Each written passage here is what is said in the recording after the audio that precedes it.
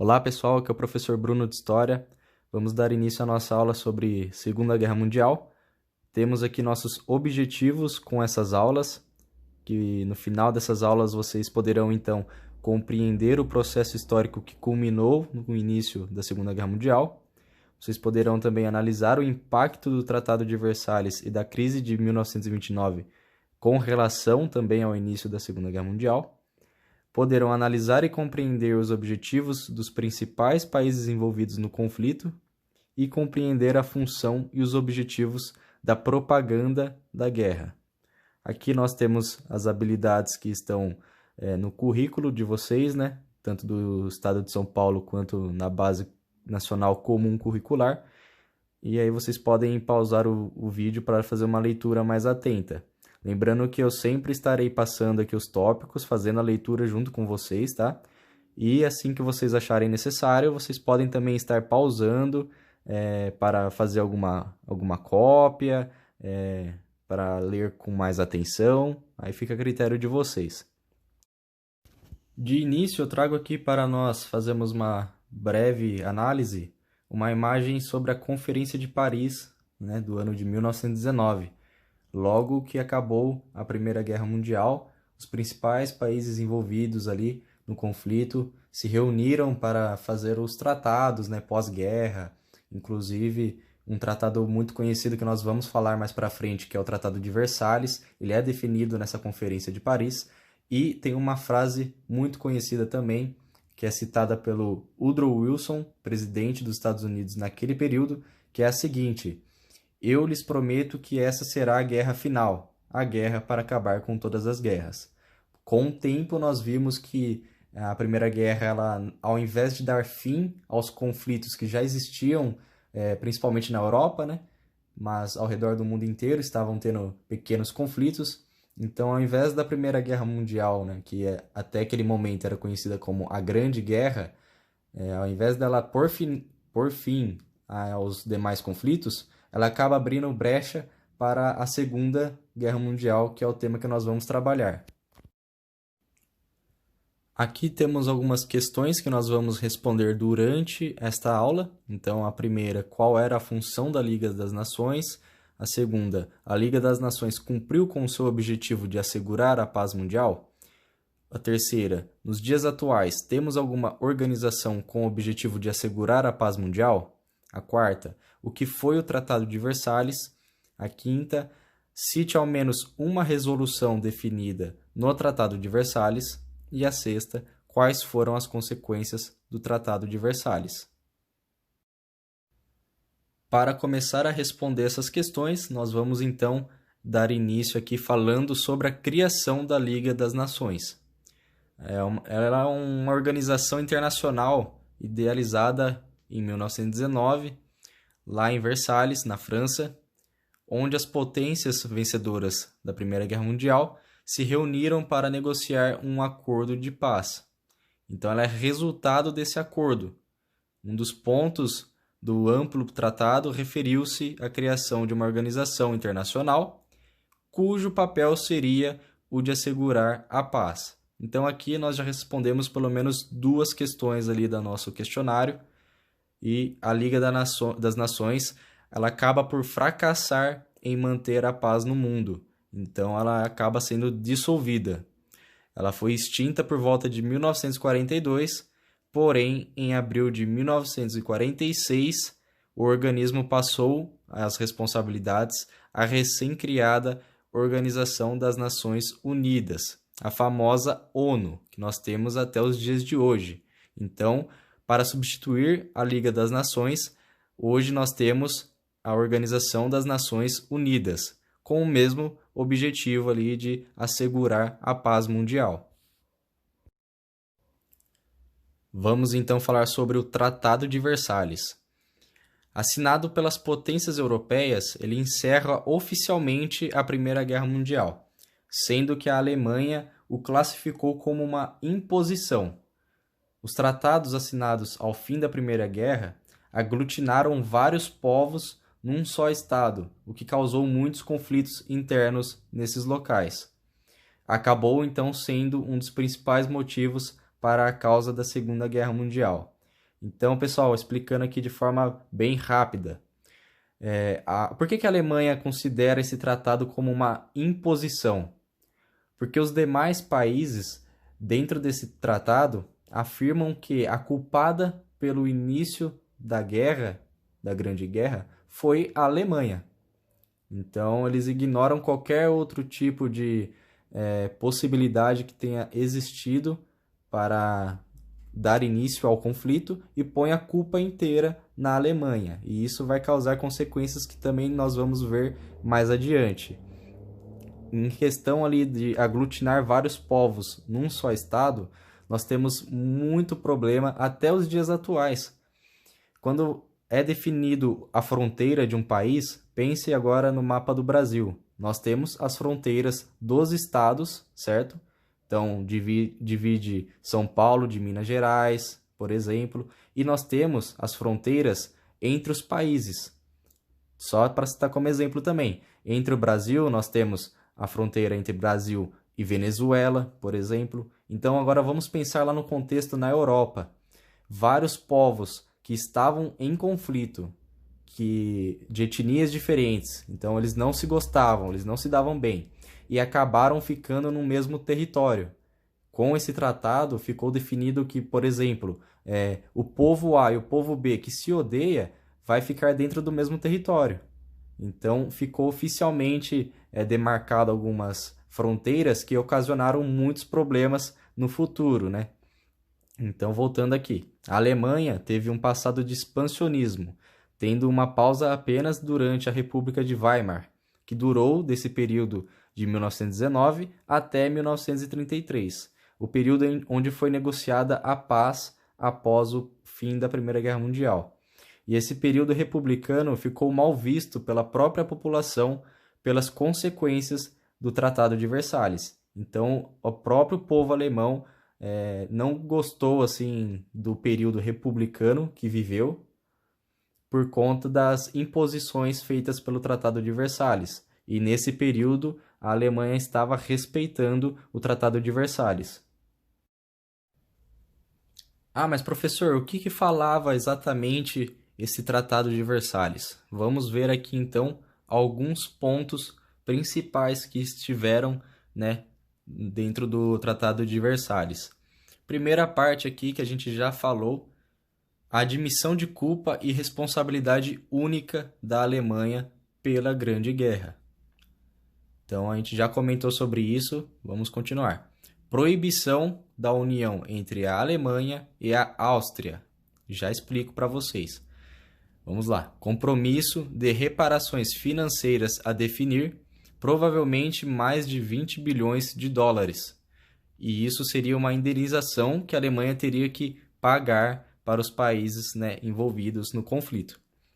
Devolução da Alsácia-Lorena à França, cessão de Eupen-Malmed à Bélgica e de Memel à Lituânia e do distrito de Hotkin à Tchecoslováquia.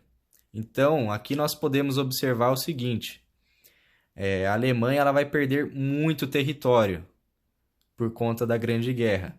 E, normalmente, tá, nós veremos no mapa a seguir, são territórios que são fronteiras com outros países, que normalmente são territórios ricos de matérias-primas. Então, tem muita riqueza no solo, são locais estratégicos, que, claro, que foi escolhido a dedo pelos países que estavam envolvidos ali no tratado. Isso causa um grande descontentamento para a Alemanha e toda a população alemã. Então, assim, vocês não precisam decorar o nome dos territórios que foram devolvidos pela Alemanha. Isso aqui é só para vocês terem o seguinte na cabeça. O que que aconteceu que causou insatisfação na Alemanha? Parte 1 ali. Eles tiveram que assumir a culpa e responsabilidade única sobre o início do conflito, tá? Então, depois eles sofrem uma proibição de união entre a Alemanha e a Áustria, que são povos que sempre tiveram uma proximidade muito, muito forte, tanto culturalmente, por exemplo, e naquele período essa união entre os dois poderiam causar problemas, né, como vai acabar causando, que nós vamos ver mais à frente, para o mundo como um todo. Depois, eles têm um compromisso de reparação de forma financeira, né? De dinheiro. Eles têm que reparar os países que foram prejudicados.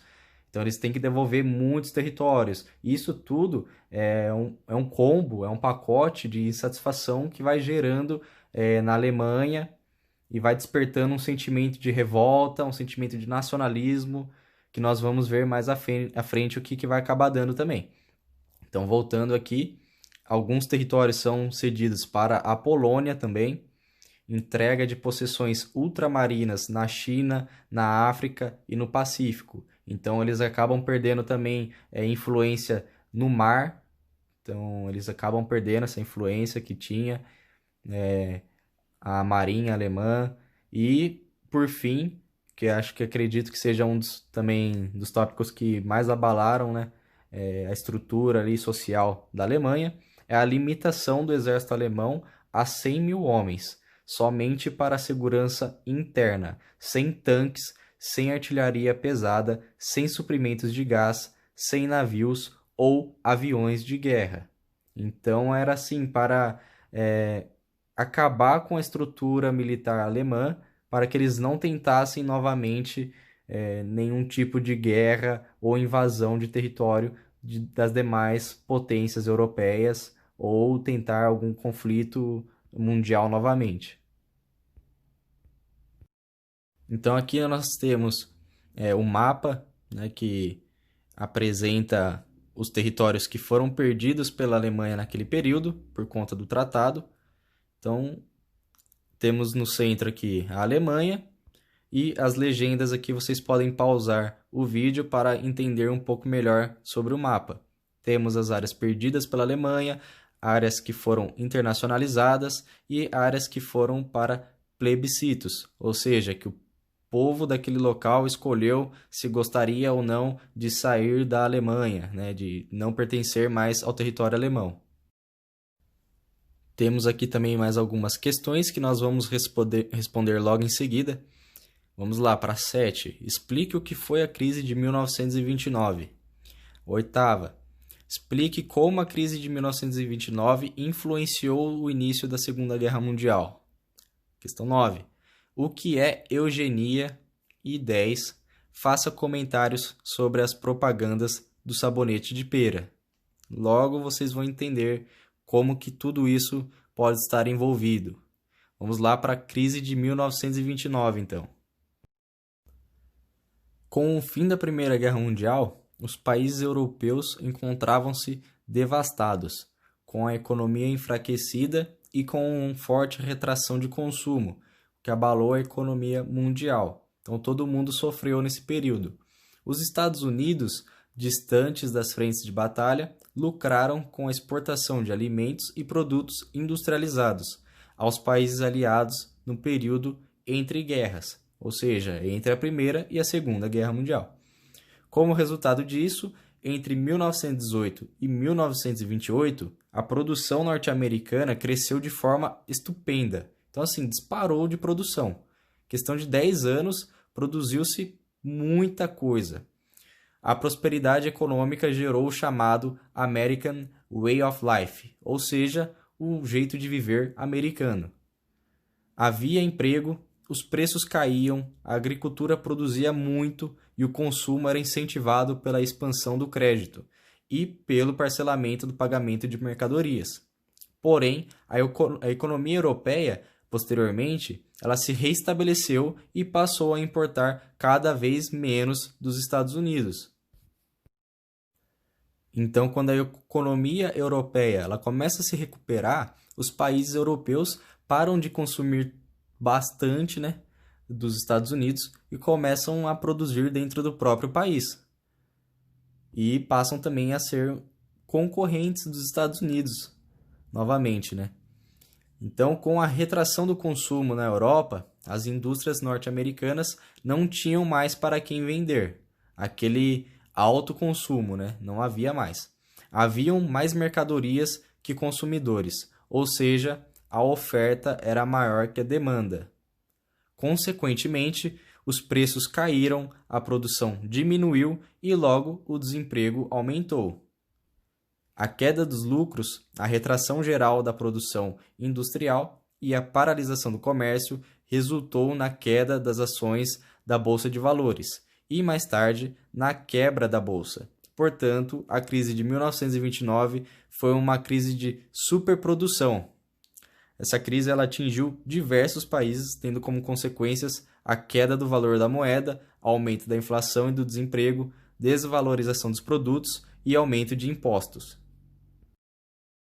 Então, pessoal, só para fazer um apontamento aqui na questão da economia, para que fique mais simples o entendimento para vocês. Quando nós falamos sobre economia, a primeira regra mais básica que existe é a oferta e a demanda. Então, quando nós falamos aqui, haviam mais mercadorias que consumidores, ou seja, a oferta era maior que a demanda, nós podemos trazer alguns exemplos recentes para que vocês consigam compreender de uma forma mais fácil, tá? Por exemplo, quando aconteceu aquela paralisação dos caminhoneiros, se não me falha a memória, em 2017, em que os postos de combustíveis não estavam recebendo mais gasolina, mais o etanol, que é o álcool. O que aconteceu naquele período? As pessoas elas iam loucamente pagar R$ 10 num litro de gasolina. Elas ficavam horas, até passava a noite dentro do posto de gasolina, esperando chegar a sua vez para abastecer o seu carro. Então, o que aconteceu naquele período? A oferta de combustível era muito baixa, porém a demanda ela se manteve normal. As pessoas precisavam do combustível para manter a sua rotina. Então, o que acontece? A economia, quando a oferta do produto é pequena, né, o preço sobe, porque tem várias pessoas querendo pagar aquele produto. Então, se você tem realmente interesse naquele produto, você vai acabar pagando independente do preço que estiver, tá? Isso dentro de uma economia, podemos dizer assim, livre mercado, por exemplo. Aqui, ainda com a regulação que o Estado faz sobre os preços, impostos, isso ainda é bem difícil de haver algum tipo de modificação, tá? Então, existem várias regras que impedem os preços abusivos, mas a economia, para ela funcionar de forma, vamos dizer assim, normal, ela funciona desta maneira, através de demanda e oferta. Outro exemplo, também bem recente agora, com a pandemia, a quarentena, o que aconteceu? O pessoal começou a ficar dentro de casa. Vamos dizer que alguns momentos dessa pandemia, dentro do estado de São Paulo, 50% da população estava de quarentena, tá? Então, o que aconteceu? O consumo de combustível reduziu. O que aconteceu foi o contrário daquele momento de 2017. Facilmente a gente encontrou combustível, por exemplo, a gasolina, que é um pouco mais cara, ela estava chegando aos patamares de R$ 3, tá? Atualmente ela já está aumentando o preço novamente, porque a quarentena aqui no Brasil vocês conhecem muito bem como ela funciona, né? É uma quarentena que não é uma quarentena. Então, só para citar exemplos econômicos, para que fique mais fácil de vocês compreenderem, a economia ela funciona por oferta e demanda. Se você oferta muito aquele tipo de produto, o preço dele vai cair. E se você tem pouco daquele produto, o preço dele vai subir se aquela população quer aquele produto, né? Se eles demandam daquele produto. Então, o que aconteceu nos Estados Unidos naquele período foi exatamente isso. Eles vendiam, né? Eles produziam muito produto. E isso, pessoal, a gente está falando de, por exemplo, geladeira, fogão, coisas que hoje nós temos com mais facilidade, né? Vamos dizer assim. E que naquele período era praticamente impossível de se ter, tá? Era muito raro você chegar numa casa e ter televisão, fogão, geladeira, tudo que a gente já tem hoje em dia com uma certa maior facilidade.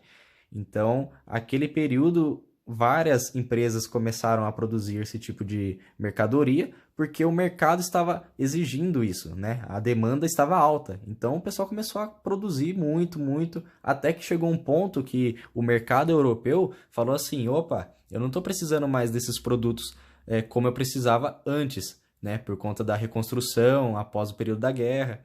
Então, logo que eles começam a se reconstruir ali, que eles veem que está ficando melhor a situação, eles diminuem o consumo, né, de importação dos Estados Unidos. Eles param de importar um pouco lá dos Estados Unidos e os Estados Unidos vai sofrer isso rapidamente na pele através, né, da crise de 1929. Como aqui a gente falou também sobre bolsa de valores, talvez seja algo que esteja um pouco distante da realidade de vocês, eu vou tentar dar uma explicada também de forma bem breve. Porque por muitas vezes vocês vão ver a explicação sobre a crise de 29 simplesmente por crise de superprodução, que é um dos motivos, né? Que é o que está escrito aqui, que eu já falei para vocês. Então, tinha muita produção e pouco consumo. Então, isso daí não dá certo. E outro motivo é a questão da bolsa de valores. Então, vamos lá ver se a gente consegue deixar isso bem claro para que todos consigam entender. Essas empresas que começaram a produzir as mercadorias que o pessoal estava querendo ter em casa, elas começam a abrir o capital delas em bolsa de valores. Então, o que acontece? A empresa ela precisa arrecadar recursos financeiros para continuar expandindo a sua produção. Então, vamos dizer que a partir de 1919, com a reconstrução da Europa ali até 1928, muitas empresas vão se desenvolver nos Estados Unidos. E uma das formas de você arrecadar, né, captar dinheiro sem ser você ir até um banco e pedir um financiamento ou um empréstimo, é você ter uma empresa, né, e abrir capital na bolsa de valores. O que acontece? Pessoas físicas, né, eu, você que está ouvindo, pode investir nessas empresas. Você pode ser sócio de empresas através de investimento. Então você pega o seu dinheirinho ali tão suado que você trabalha e fala assim: "Ah, eu quero investir numa empresa porque eu confio muito nela, eu sei que ela vai crescer, eu sei que ela vai dar bons lucros e eu quero contribuir com a empresa porque eu também vou ter lucro lá na frente com as ações dessa empresa". Então você vai lá, compra a ação dessa empresa e investe na empresa. O que aconteceu naquele período? Essas empresas que estavam crescendo, elas precisavam de dinheiro para investir, né, na sua, vamos dizer, na manutenção de máquinas, na compra de novas máquinas, na contratação de pessoas para manusear as máquinas e etc. Na compra de matéria-prima, por exemplo. Então, ela ia lá, abria capital na Bolsa de Valores. O pessoal ia lá, comprava a ação dessa empresa. Só que o que estava acontecendo? Quando a gente fala ali que tem uma crise no crédito, né, dentro dos Estados Unidos, o que aconteceu?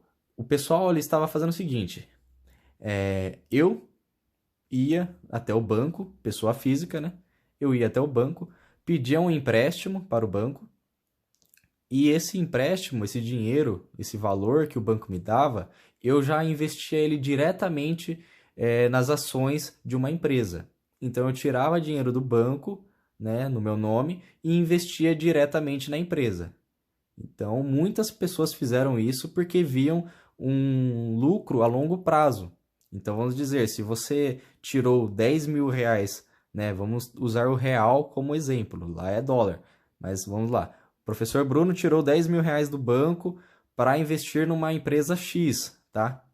Eu sabia que aquela empresa ela ia crescer muito em um curto espaço de tempo e que eu ia ter o retorno desse valor que eu peguei de empréstimo do banco e um lucro a mais. E aí eu poderia quitar o empréstimo do banco e continuar reinvestindo esse valor que eu tenho, entendeu? Então era um processo econômico. Isso é muito interessante a gente estudar, porque acaba a gente consegue identificar alguns processos, principal, por exemplo, né, o que está acontecendo hoje em dia no mercado de ações, no mercado econômico. Então, quando a gente estuda a história, a gente consegue observar vários desses fatores acontecerem ao nosso redor e a gente consegue entender o que está acontecendo, tá? Então, eu sabendo, né, voltando, eu sabendo que aquela empresa ia crescer, eu ia investir meu dinheiro nela, ela ia dar um lucro para mim, muita gente começou a fazer isso. Até que chegou aquele ponto que a gente já viu aqui, em 1928 mais ou menos, que as empresas começaram a, vamos dizer, quebrar, tá? Por quê? Existia muita empresa, vamos dar um exemplo aqui só. Uma empresa de geladeira. Existiam, vamos dizer, 100 empresas que só produziam geladeiras, tá? Então o mercado ele estava concorrendo. Cada empresa fazia o seu melhor preço possível, com o melhor material possível, e aí, quando existe essa queda de consumo, as pessoas param de consumir geladeiras, e isso a gente tem que lembrar, pessoal, naquele período, que uma geladeira ela era produzida para durar bastante tempo, tá? Hoje em dia nós temos tecnologias que também dão uma durabilidade boa para os nossos produtos, para as nossas mercadorias, mas a gente não pode comparar, por exemplo, um guarda-roupa daquele período com um guarda-roupa atual. A não ser que você faça ele de forma artesanal, por exemplo. Mas se você compra um guarda-roupa hoje numa loja comum, o material que é usado nele, ele meio que vem com uma validade já, para que no futuro você compre outro, né? Se você desmontar ele e montar mais duas vezes, você vai ter que trocar de guarda-roupa. Então, hoje o nosso material, né, a nossa mercadoria, ela vem com uma data de validade. Os nossos celulares, porque senão você ia comprar um celular hoje e não ia trocar nunca mais. Então, o que acontece? O mercado lança novos softwares, o Android ele se atualiza, e aí se você tem um celular antigo, você vê que ele não atualiza mais. Então, ele tem uma data de validade. Ele vai parar de funcionar um momento, ele não vai conseguir baixar alguns aplicativos, isso só citando exemplos, tá, pessoal? Então, voltando novamente, desculpa, às vezes a gente sai um pouquinho do tema, mas voltando então em questão das empresas que começam a quebrar, justamente por conta da falta de consumo. O que que acontece? Os bancos, eles veem que aquele dinheiro que eles estavam emprestando estava indo diretamente para a Bolsa de Valores, né, de Nova York. E eles falam o seguinte, né? O pessoal que era os bancos lá. Vamos dar um exemplo aqui. O banco, ele vê que o dinheiro dele que ele emprestou para mim, eu estou investindo na bolsa de valores. E as empresas que estão dentro da bolsa não estão conseguindo vender mais, porque o povo não está consumindo mais. E as empresas não estão exportando, ou seja, vendendo para outros países. Acaba essa exportação, porque a Europa ela já está se reconstruindo. Ela está consumindo os produtos de dentro da própria Europa ali, de cada país produzindo o seu produto, etc. Então, os bancos veem, né, eles entendem que o quê? Essas empresas que estão na bolsa, elas não vão conseguir durar muito tempo ali. Elas vão quebrar. Em algum momento, de 100 empresas que produziam geladeiras, a gente vai precisar só de 10, porque e essas 10 serão as melhores do mercado. As outras 90, elas vão quebrar por N motivos, tá? Seja por falta de consumo, porque o material não presta, etc. Isso o mercado ele vai regular. Então, os bancos eles vão falar o seguinte: Ô Bruno, você que pegou um empréstimo aqui de 10 mil reais, né, no nosso exemplo, poderia ser dólar. Você que pegou esses 10 mil aí, eu quero que você devolva agora. Porque eles não vão falar isso, né? Mas eles sabem que é o seguinte, o mercado não está indo bem das pernas. Eu preciso desse dinheiro de volta. Então, os bancos vão começar a cobrar o dinheiro de volta dessas pessoas, né? E essas pessoas elas não vão ter mais esse dinheiro, porque chega um ponto que a crise vai atacar a bolsa de valores. Então, se eu tinha 10 mil reais investido em uma empresa e essa empresa desvalorizou, por exemplo, eu poderia vender as ações dessa empresa por 5 mil reais. E eu ia tomar um prejuízo de 5 mil. Isso se a empresa não quebrasse. Porque se a empresa quebra dentro da bolsa de valores, você perde todo o dinheiro que você investiu dentro daquela empresa, tá? Então, isso é só para dar um panorama econômico para vocês entenderem melhor o que aconteceu dentro dessa crise que é tão conhecida, na crise de 1929, que aconteceu na Bolsa de Valores. Então, foi todo um processo que não é somente um fator, não foi só a superprodução, foram muitos fatores reunidos de uma vez só que aconteceu essa crise de 1929. Então, como que a gente vai solucionar essa crise de 1929? O que os caras pensaram naquele período para resolver essa treta aí? Então, vamos lá. Nas sociedades capitalistas, os esquemas da velha economia não apresentavam uma solução em curto prazo. Então, o pessoal olhava assim para o horizonte e não enxergava nada para resolver, né, a crise. Não se sabia exatamente o que fazer para recuperar a economia e a credibilidade das instituições financeiras, porque até aquele momento nunca tinha ocorrido nenhuma crise tão grave como essa. Então o pessoal não tinha nenhum parâmetro para olhar para trás e falar, dá para resolver de tal maneira porque já aconteceu antes. E isso foi tipo a primeira crise do capitalismo grave. Então, os conflitos sociais e o medo da expansão da revolução social a partir da Rússia fizeram com que, aos poucos, a livre iniciativa cedesse lugar à planificação econômica em vários países. Foi o que aconteceu nos Estados Unidos com a implementação do New Deal em 1933, pelo presidente Franklin Delano Roosevelt. Então, o New Deal ele instituiu programas de auxílio aos trabalhadores e combate ao desemprego. Grandes obras públicas absorveram parte da força de trabalho, ainda que de maneira temporária. Então o pessoal viu toda essa treta aí, né, no período, e falou, pô, a gente tem que resolver isso aí de algum jeito. E o gasto público, né, foi o que financiou o retorno da economia capitalista dos Estados Unidos para o eixo normal, vamos dizer assim. Então, o New Deal, né, que é conhecido como um novo acordo, ele traz algumas ferramentas, como citado aí, programas de auxílio aos trabalhadores, de combate ao desemprego. Então, eles contratam a própria população, né, os Estados Unidos contrata ali a própria população para trabalhar em grandes obras públicas. Então, vai lá construir pista, quebra um buraco aqui e remenda o buraco de novo só para ter gasto, só para a economia tentar se recuperar. E isso é feito por um bom tempo até que tenha um sinal de vida da economia novamente, tá? E isso, pessoal, todo esse tema que a gente está abordando sobre crise de 29, aqui a gente já falou também sobre o medo, né, de acontecer uma expansão da revolução social que aconteceu na Rússia, ou seja, existia um medo de que a Revolução Russa ela se expandisse para os demais países, que as pessoas ficassem descontentes com a economia, com os padrões que a sociedade tinha e partisse para uma revolução social igual a que ocorreu na Rússia em 1917. Então são temas que, quando a gente consegue ter o conhecimento assim do processo histórico, a gente começa a juntar o quebra-cabeça, um tema junta com outro, você fala que, pô, tudo faz sentido agora. Então a gente consegue ir ligando os temas quando a gente vai tendo conhecimento sobre eles.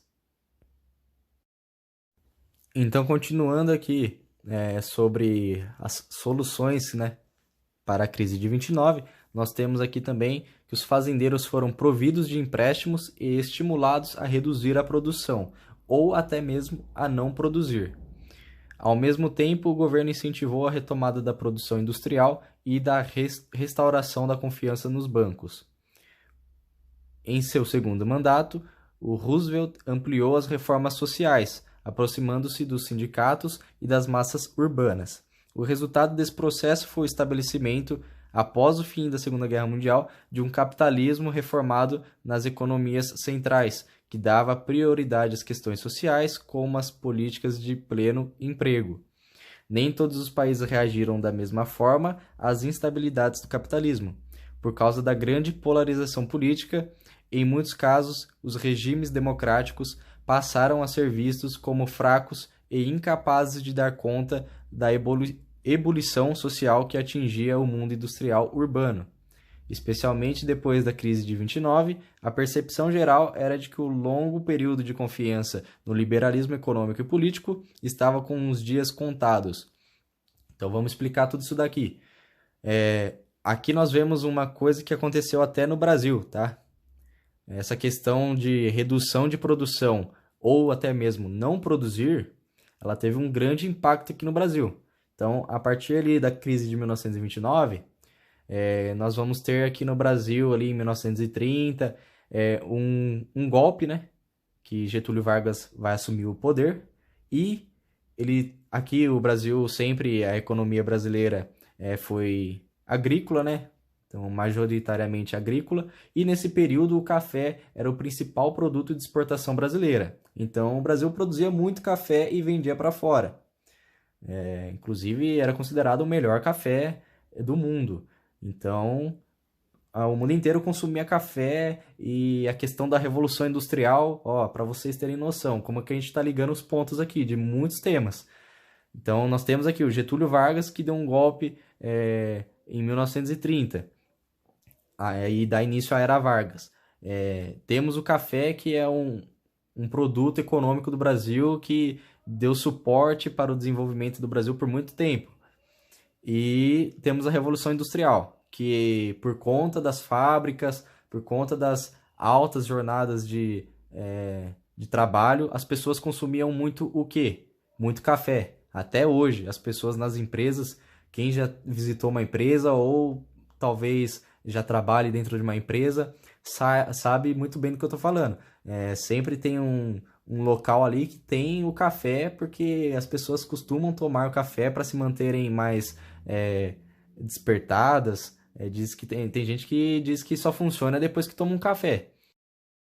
Portanto, o governo brasileiro não podia deixar que o maior produto exportado, né, pelo Brasil fosse prejudicado por conta da crise.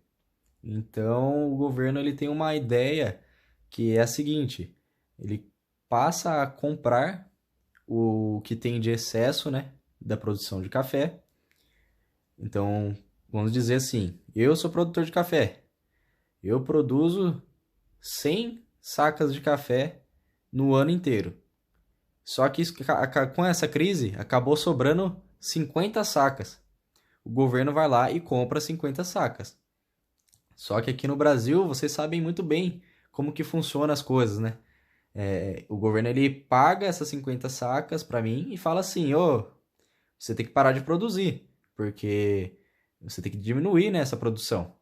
Se você só está conseguindo vender 50 sacas lá para fora, só produza 50.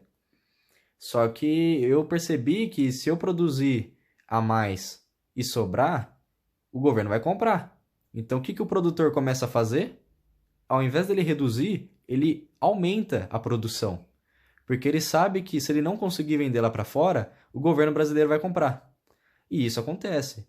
Então, o governo brasileiro ele compra esse monte de café, que não tem nem onde estocar, e começa a pôr fogo no café.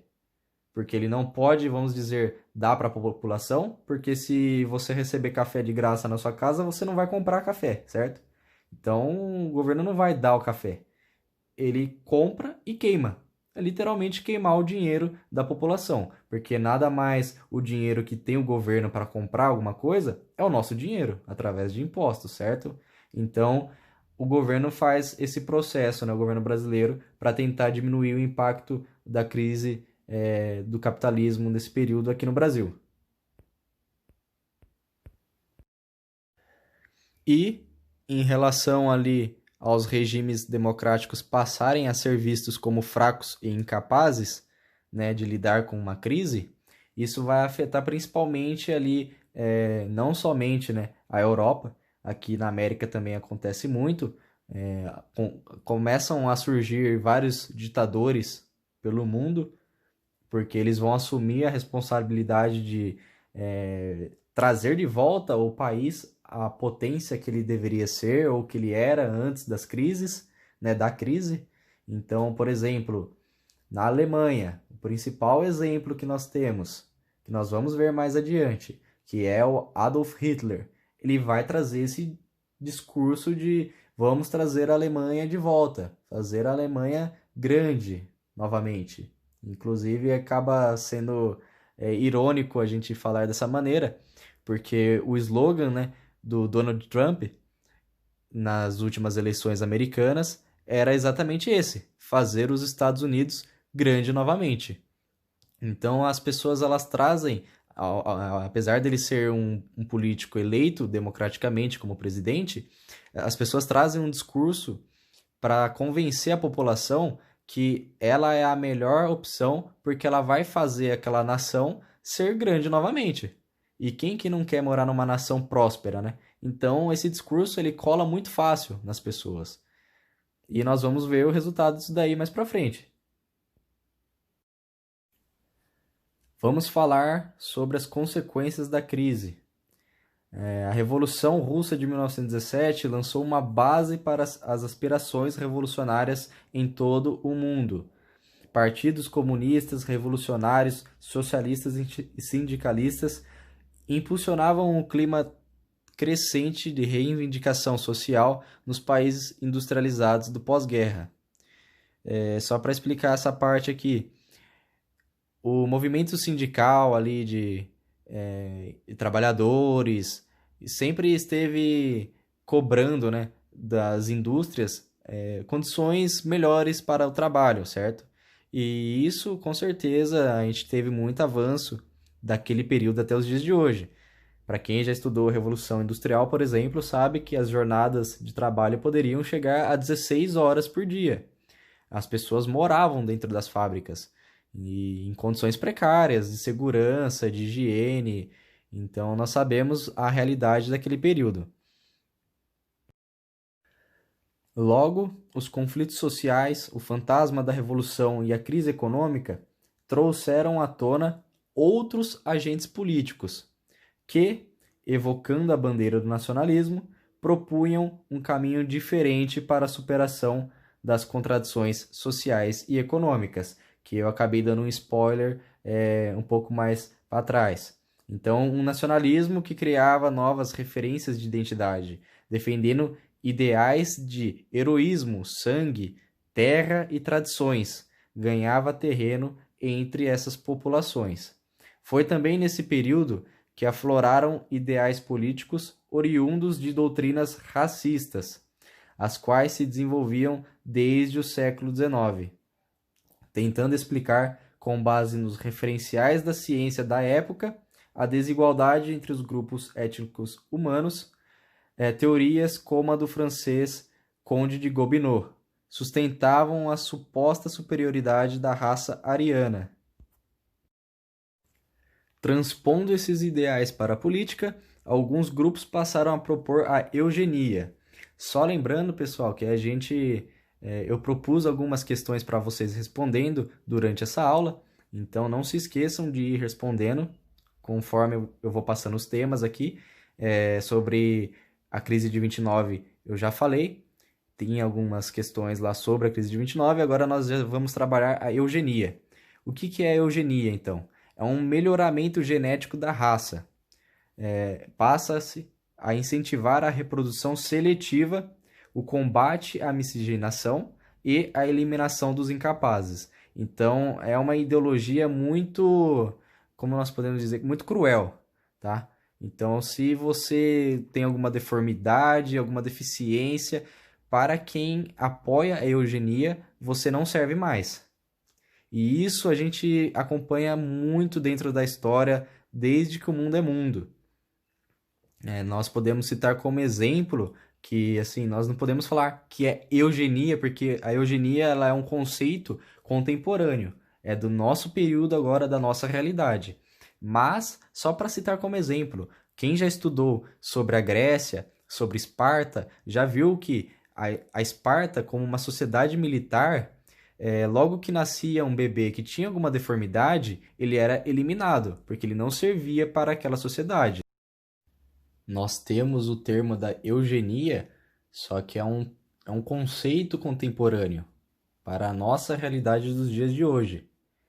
Então, essa questão do melhoramento genético da raça, por exemplo, aqui no Brasil aconteceu também, tá? Então, o interessante da história brasileira é que ela sempre está relacionada ao contexto mundial. E isso a gente consegue observar facilmente.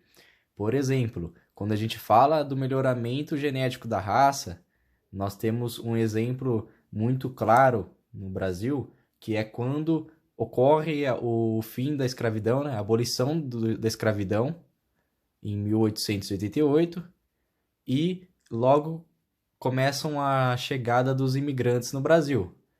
Muito porque era necessário uma nova mão de obra, porque não poderia mais ser a mão de obra escrava, certo?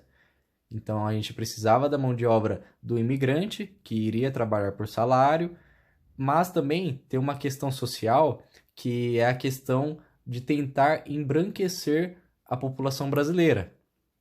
E isso é triste de falar assim, mas acontece que muitas pessoas acreditavam e até hoje acreditam que aquela, vamos dizer assim, determinada população está condenada por conta da cor de pele, tá? Isso a gente consegue observar dentro da história mundial, da história do Brasil, nós temos muito disso até hoje em dia. Então, a questão da eugenia, ela é uma questão muito polêmica. Tem a questão de incentivar a reprodução seletiva, então não pode haver miscigenação, a pessoa que é branca ela não poderia se relacionar com uma pessoa que seria negra. Em alguns países, como nos Estados Unidos e na África do Sul, isso se concretizou através de políticas públicas de segregação, ou seja, se uma pessoa negra estava dentro de um ambiente, pessoa branca não poderia estar também. Isso quem já estudou o apartheid já viu que existiam bebedores para pessoas brancas e bebedores para pessoas negras. Então o racismo ele sempre existiu de forma muito forte e em alguns países ele foi institucionalizado como política pública. Aqui nós temos a questão lá do sabonete de pera. Ela também é um tema que faz parte ali da Segunda Guerra Mundial, mas é muito anterior à Segunda Guerra Mundial. Isso daqui, quem já estudou a questão do imperialismo, a questão do neocolonialismo, vai conseguir compreender facilmente, tá? Essas propagandas, elas foram desenvolvidas no momento em que o homem branco era considerado o homem civilizado, enquanto a África, os países que são subdesenvolvidos, que não são os europeus, por exemplo, eram considerados as pessoas que tinham que ser civilizadas. Então, o homem branco levaria civilização para o homem negro. E isso acontece naquele período do imperialismo, no período do colonialismo do século XIX, tá? E isso também vai causar impacto na questão da Segunda Guerra Mundial, tanto por conta das disputas dos territórios, que quem já viu consegue lembrar que as potências europeias disputavam os territórios, qualquer fatia ali estratégica de um rio, de uma parte que era geograficamente privilegiada, era motivo de disputa entre as principais potências europeias. E a questão também do racismo. Novamente a gente vai voltar a falar sobre isso. Nessas propagandas aqui vocês podem pausar o vídeo se for de interesse de vocês, para que vocês analisem com mais cuidado. Aqui nós temos as propagandas, eu traduzi para vocês, eram de uma empresa que vendia sabonetes no período do século XIX, e nós temos aqui alguns anúncios que eu vou fazer a leitura para vocês. Aqui à esquerda tem um homem que está lavando as mãos, um homem branco. Dentro do anúncio diz o seguinte: o sabão de peras é um fator potente para iluminar os cantos escuros da terra, à medida que a civilização avança, enquanto entre os cultos de todas as nações ocupa o lugar mais alto, é o sabonete ideal. Aqui nós podemos ver que, basicamente, traduzindo assim, né, para uma forma bem básica, esse anúncio, provavelmente vocês podem ter compreendido já, ele diz o seguinte: o homem branco ali civilizado, ele vai iluminar os cantos escuros da terra. O que são os cantos escuros da terra? São os países africanos, os asiáticos, que não têm a civilização, né, não é civilizada da forma que a Europa é. Então esse sabonete ele traz essa mensagem por trás, né? É uma mensagem subliminar. A propaganda ela vai ser utilizada muito fortemente durante as guerras. E a gente também vai ver isso mais para frente. Isso aí é até interessante para quem pretende, sei lá, um dia estudar publicidade e propaganda, marketing. São coisas que, para o período, muito provavelmente e infelizmente, essas propagandas funcionaram, tá? Provavelmente deve ter vendido muito desse sabonete em cima desses anúncios que nós estamos analisando. O segundo aqui, anúncio que está à direita, ele diz o seguinte: sabão de pera produz mãos macias, brancas e bonitas. Aí você pode falar, pô, mas aí só tá falando que produz mãos macias, brancas e bonitas. Não tem problema nenhum, né?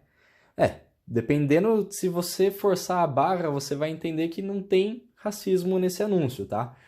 Mas aí se você parar para pensar, se você analisar o próximo anúncio que nós vamos ver aqui, que é da mesma empresa, o sabonete de pera, aqui eu acredito que você vai falar, não tem como falar que não tem racismo nessa propaganda.